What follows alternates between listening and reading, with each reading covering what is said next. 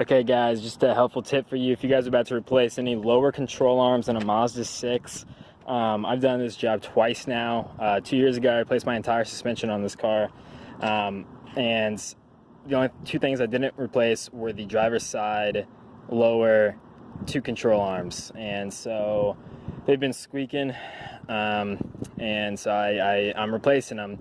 Now these ball joints, both times, hardest fucking thing I've ever done, which is saying quite a bit. So if you go to AutoZone and you rent the tools, if you rent this guy, this is what you need. You can also go ahead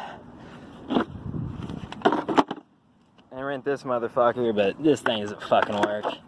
Like, it isn't fucking budging them all. Don't buy the one from Harbor Freight. It's gonna snap on you, and you know, could hit your tooth, and teeth are fucking $5,000 a tooth. So anyways, getting on to what's the helpful tips, dude. You're gonna want to use what are the two sizes that you're gonna want to use?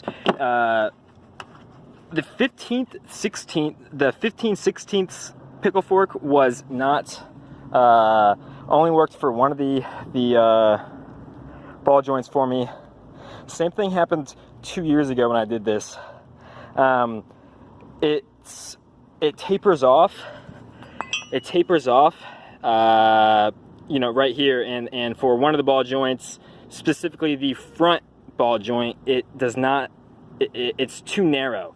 You need to then, so if you step your size up on your pickle fork, for the front ball joint, you want to step it up to this size, and this size is, let's take a look here. It looks like this is a 1 3/8 inch, okay?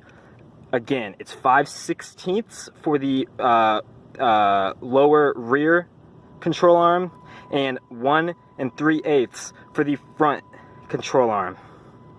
If you want to know what your mode of attack is as far as penetrating angle, one, you want to insert the pickle arm, the flat portion should be on the bottom.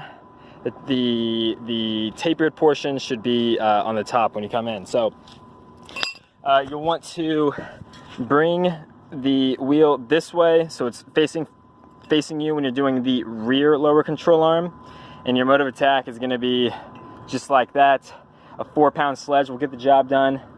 Now, and then when you do the front lower control arm, your mode of attack is, again, you're going to be using the 1 3/8 for this side, and your mode of attack is right here. And I realize this video is probably real shitty, but all you need is the fucking audio, really. So guys, that's my advice for you. The 1 3/8, you have to have it, just because the 15/16 is too narrow for that ball joint for some reason. I could be incorrect on that, but maybe, you know, maybe something's fucked up with my car. I don't know, but it was way too narrow. It was not hitting the top of the whole ball joint, so there was nothing for it to press up on, really.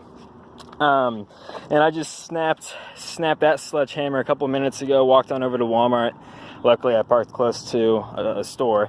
I would definitely recommend not buying a sledgehammer from Harbor Freight that's wooden. That worked for me when I did this 2 years ago. Then I just bought this bad boy. The rubber grip on this thing is phenomenal. I mean, it's much better. You can get a much better swing. I was actually pretty surprised how big of a difference the rubber grip made. So there you guys have it. I hope this helped you. And if you ask any questions, I will answer them in the comments down below. So go ahead. All right, guys. One more thing. When you go to take out the front lower control arm, your clearance is pretty tight there with the this is the transmission oil pan or whatnot that you're looking at. You can see that it doesn't look too tight right now. That's because we have the jack just pushing up the engine just a little bit. The point that you want to jack at is right here next to your motor mounts. Let's see if I can't get a right there, guys. You'll see it. It's the flattest part on that side of the engine. Do not jack up on the oil pan.